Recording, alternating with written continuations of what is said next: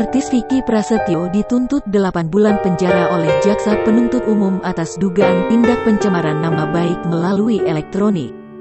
Pembacaan tuntutan dilakukan dalam persidangan di Pengadilan Negeri Jakarta Selatan dengan dihadiri Kalina Oktarani dan keluarga Vicky.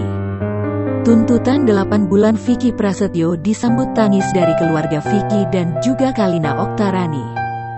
Vicky Prasetyo mengaku siap menjalankan apapun keputusan dari majelis hakim nantinya dan akan terus berusaha membuktikan bahwa dirinya tak bersalah.